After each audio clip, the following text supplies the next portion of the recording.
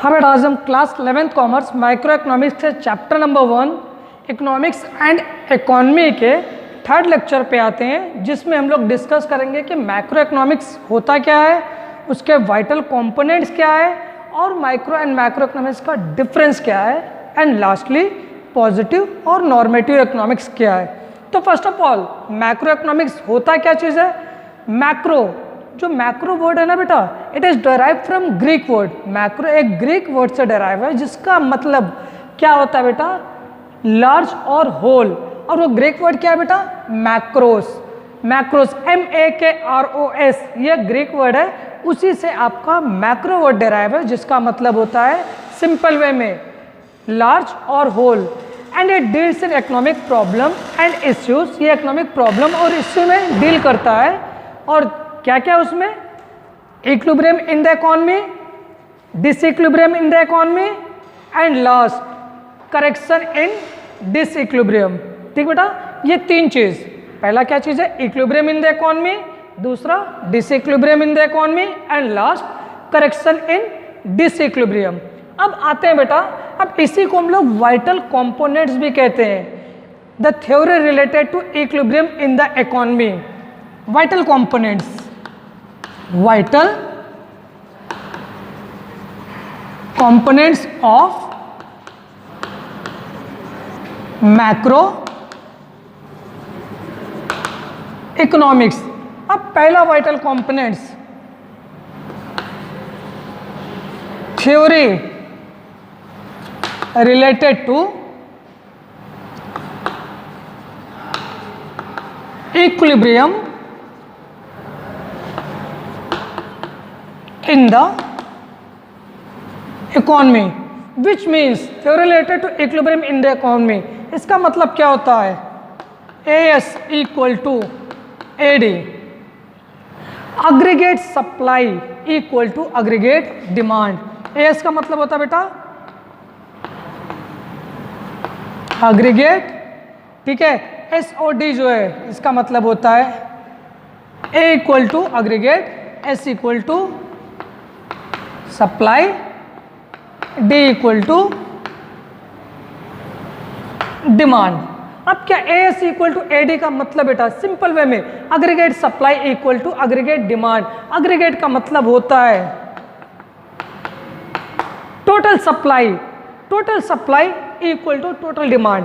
मतलब एक कंज्यूमर जितना डिमांड कर रहा है, जैसे मैं 10 चौक की डिमांड कर रहा हूं और सप्लायर मुझे 10 चौक प्रोवाइड कराता है, मतलब ना ही मैं डिससेटिस्फाई और ना ही सप्लायर डिससेटिस्फाई, दोनों लोग वहां पर सेटिस्फाई हो रहे हैं। 10 चौक की डिमांड थी और 10 चौक की मेरी डिमांड फुलफिल हो रही है, ठीक है। तो ये क्या करता है, aggregate supply equal to aggregate demand, दोनों इक्विलिब्रियम की कंडीशन पे हैं। मतलब जितना सप्लाई था होल कंट्री में, उतना ही मार्केट में डिमांड भी है। ये होता है बेटा theory related to equilibrium in the economy.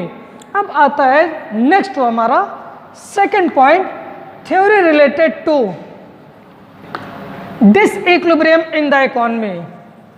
अब बेटा डिसइक्विलिब्रियम हो गया है, मतलब aggregate demand is not equal to aggregate supply. Aggregate demand और अग्रीगेट सप्लाई दोनों क्या चीज है, दोनों बराबर नहीं है। अग्रीगेट डिमांड और अग्रीगेट सप्लाई क्या बेटा, बराबर नहीं है। मतलब AS ग्रेटर देन AD हो सकता है और AS लेस देन AD हो सकता है। Is it clear? Aggregate demand और अग्रीगेट सप्लाई दोनों बराबर नहीं है, मार्केट में डिसइक्विलिब्रियम है। किसी समय अग्रीगेट सप्लाई क्या बेटा, ज़्यादा है, मतलब सप्लाई ज़्यादा हो रही, सप्लायर मार्केट में सप्लाई ज़्यादा कर रहा है, लेकिन उसकी मार्केट में डिमांड क्या है बेटा, कम है। अब दूसरा कंडीशन क्या हो रहा है बेटा, कि डिमांड बहुत ज़्यादा है, लेकिन सप्लायर मार्केट की डिमांड को फुलफिल नहीं कर पा रहा है। ये क्या होता है बेटा, सिंपल सा डिसइक्विलिब्रियम इन द इकोनॉमी। अब आते हैं बेटा, इस डिसइक्विलिब्रियम को दूर करने के लिए ही जो आपका थर्ड वाइटल कंपोनेंट्स है, थर्ड वाइटल कंपोनेंट्स मैं क्या बताया हूं, करेक्शन इन डिसइक्विलिब्रियम, ठीक है। अब उसको डिस्कस करते हैं।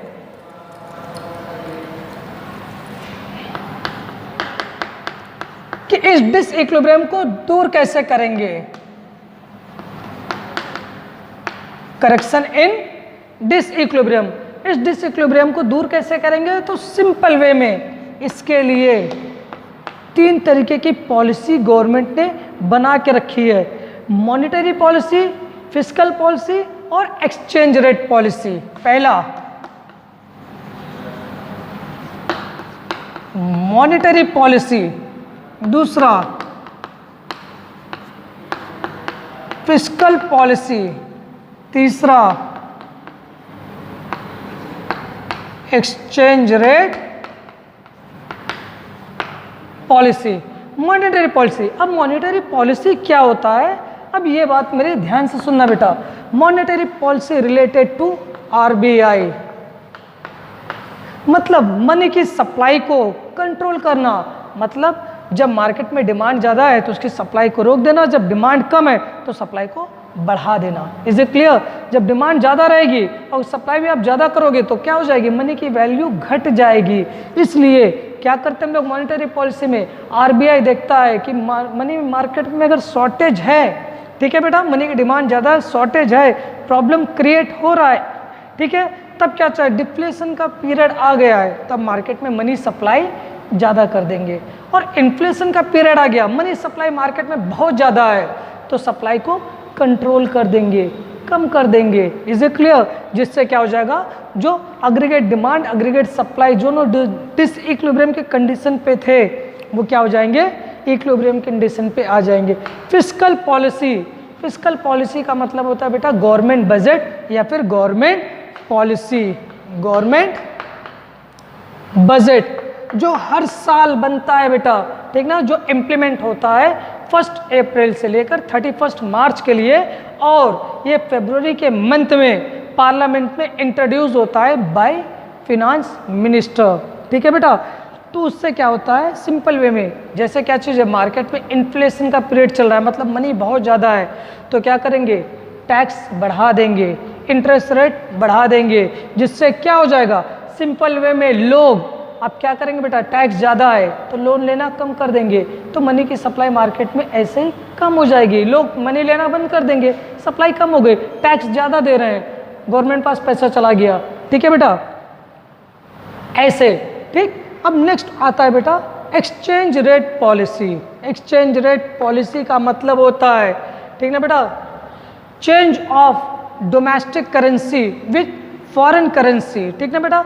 डोमेस्टिक करेंसी को फॉरेन करेंसी से एक्सचेंज करना ही एक्सचेंज रेट होता है। जैसे $1 को लेने के लिए हम कितने रुपए खर्च कर रहे हैं, वो होता है एक्सचेंज रेट। अब इससे पता चला इन्फ्लेशन आ गया, इन्फ्लेशन मतलब महंगाई, decrease in the value of own currency actual में, ठीक बेटा, इन्फ्लेशन आ गया तो क्या करेंगे?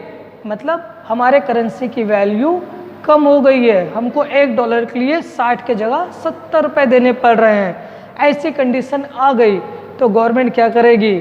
जितना भी उसके पास फॉरेन रिजर्व रहता है, जितने भी फॉरेन करेंसी आरबीआई होल्ड करके रखी हुई है, रिजर्व करके रखी हुई, मार्केट में फ्लो कर देगी। तो आरबीआई की भी मतलब फॉरेन करेंसी की सप्लाई ज़्यादा हो गई। अब जब फॉरेन करेंसी सप्लाई ज़्यादा हो गई तो उसकी वैल्यू घट गई और हमारे करेंसी की वैल्यू बढ़ गई। अब ये दोनों फिर से इक्विलिब्रियम की कंडीशन पे आ जाएंगे। इस वजह से क्या चीज़ है बेटा? इक्विलिब्रियम और डिसइक्विलिब्रियम की कंडीशन को दूर करते हैं हमारे मार्केट में, ठीक। अब नेक्स्ट आते हैं बेटा पॉजिटिव एंड नॉर्मेटिव इकोनॉमिक्स। अब मैक्रो इकोनॉमिक्स क्या होता है और माइक्रो इकोनॉमिक्स क्या होता है मैं तो बता दिया हूँ, तो इसका अगर डिफ्रेंसिएशन आएगा तो आप ईजी वे में दोनों को डिफ्रेंशिएट कर सकते हो बेटा। अब हम लोग नेक्स्ट टॉपिक पे आते हैं जो है बेटा पॉजिटिव और नॉर्मेटिव इकोनॉमिक्स, कि पॉजिटिव इकोनॉमिक्स क्या होता है और नॉर्मेटिव इकोनॉमिक्स होता क्या चीज़ है।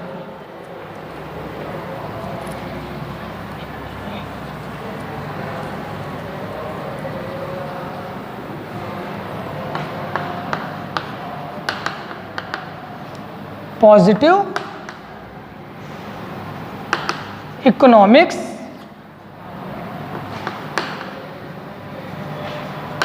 Normative economics. तो सबसे पहला पॉजिटिव इकोनॉमिक्स होता क्या है? Positive economics deals with the economy issue related to past, present and future. Positive economics क्या होता है बेटा? It is an economy which deals in economic problems related to past, present and future. It is an economic problem बेटा, ठीक ना बेटा? It deals in the economic problem related to past, present and future. और normative economics क्या होता है? It deals with the opinion of the economist. ये क्या बेटा? It deals with the opinion of the economist. ये ओपिनियन ऑफ द इकोनॉमिस्ट पे depend होता है बेटा, कि इकोनॉमिस्ट के ओपिनियन पे कि सही है या गलत है, ठीक ना बेटा? ठीक, related to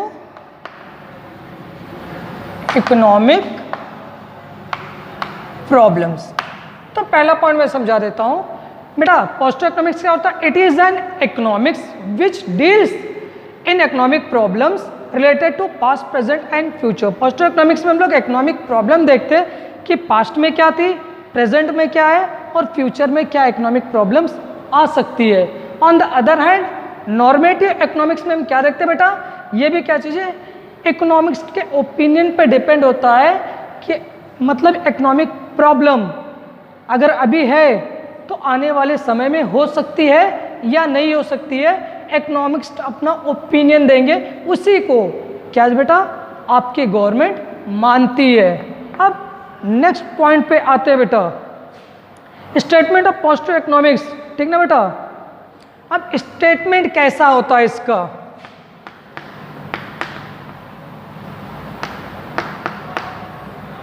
what was, what is and what would be. What was, what is and what would be। और यहां पे स्टेटमेंट कैसा होता है?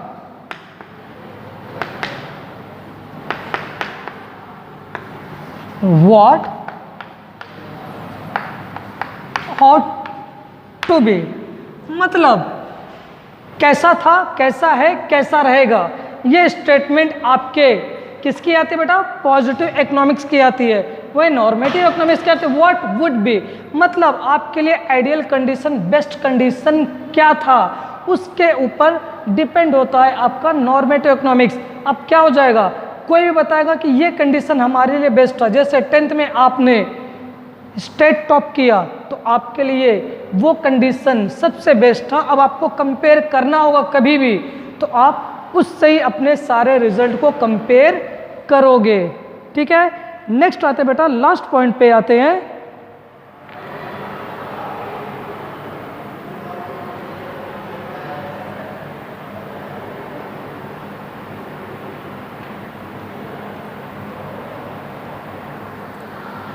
ठीक बेटा, अब इसका स्टेटमेंट बेटा, इट मे बी ट्रू और फॉल्स, ठीक है बेटा? ये है तो ट्रू हो सकता है या फॉल्स हो सकता है। जो अभी कंडीशन है, जरूरी है क्या आने वाले समय में भी कंडीशन हो जाए? अभी आप लोग 10th में बहुत कम मार्क्स लेके आए हो तो जरूरी है क्या 11th में भी आप बहुत कम मार्क्स लेके आओ, 12th में बहुत कम मार्क्स लेके आओ? ऐसा नहीं है बेटा, ये ट्रू और फॉल्स हो सकता है। और ये इट मे बी ट्रू और फॉल्स, ये भी ट्रू और फॉल्स हो सकता है। लेकिन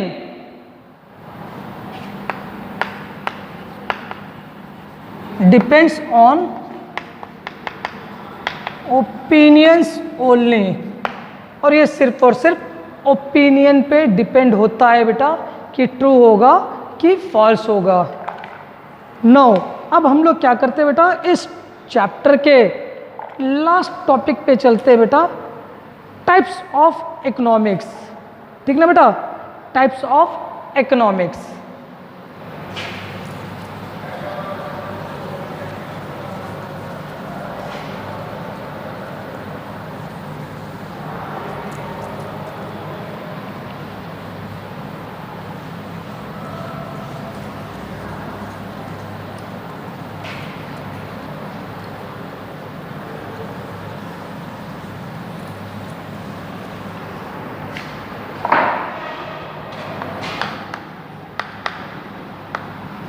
टाइप्स ऑफ इकोनॉमिक्स। इकोनॉमिक्स आपके 3 टाइप के बेटा, सिंपल सा। पहला आपका सेंट्रली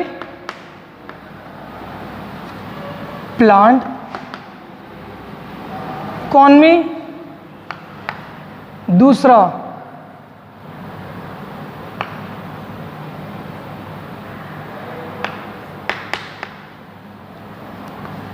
फ्री इकोनॉमी, एंड तीसरा मिक्स्ड इकोनॉमी। और centrally planned economy, centrally planned economy क्या होता है, अब मेरी बात को ध्यान से सुनना बेटा। ये होता है सोशलिस्ट, ये होता है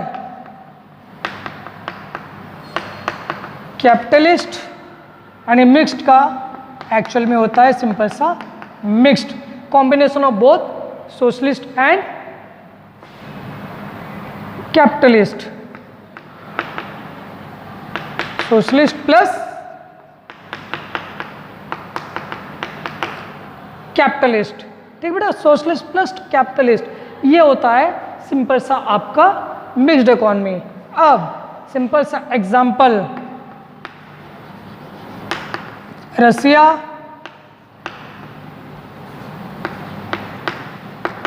यूएसए, इंडिया। रसिया सेंट्रली प्लान्ड इकोनॉमी, सेंट्रल मतलब गवर्नमेंट प्लान्ड इकोनॉमी, मतलब mostly control of government here, मतलब सारे चीज़ पे गवर्नमेंट का कंट्रोल यहाँ पे बहुत ही ज़्यादा होता है, और ये पब्लिक वेलफेयर एक्टिविटीज़ में एंगेज रहते हैं, लोगों की भलाई के लिए काम करते हैं। कैपिटलिस्ट इकोनॉमी जिसको हम लोग फ्री इकोनॉमी करते हैं, कहते हैं बेटा ये सब क्या होता है बेटा, प्राइवेट सेक्टर यहाँ पर ज़्यादा होता है बेटा, प्राइवेट सेक्टर ज़्यादा होता है, जिससे क्या चीज़ है, गवर्नमेंट सिर्फ लाइसेंस प्रोवाइड करती है और उनसे टैक्स लेती है, उस टैक्सेस जिससे कंट्री का डेवलपमेंट हो सके। सारे के सारे डेवलप कंट्री आपके क्या बेटा, कैपिटलिस्ट इकोनॉमी है, जिसको हम लोग इंडस्ट्रियलिस्ट कंट्री ही कहते हैं। ठीक है, तो ये एक और हम लोग नाम कह सकते हैं, ये पब्लिक इकोनॉमी। अब ये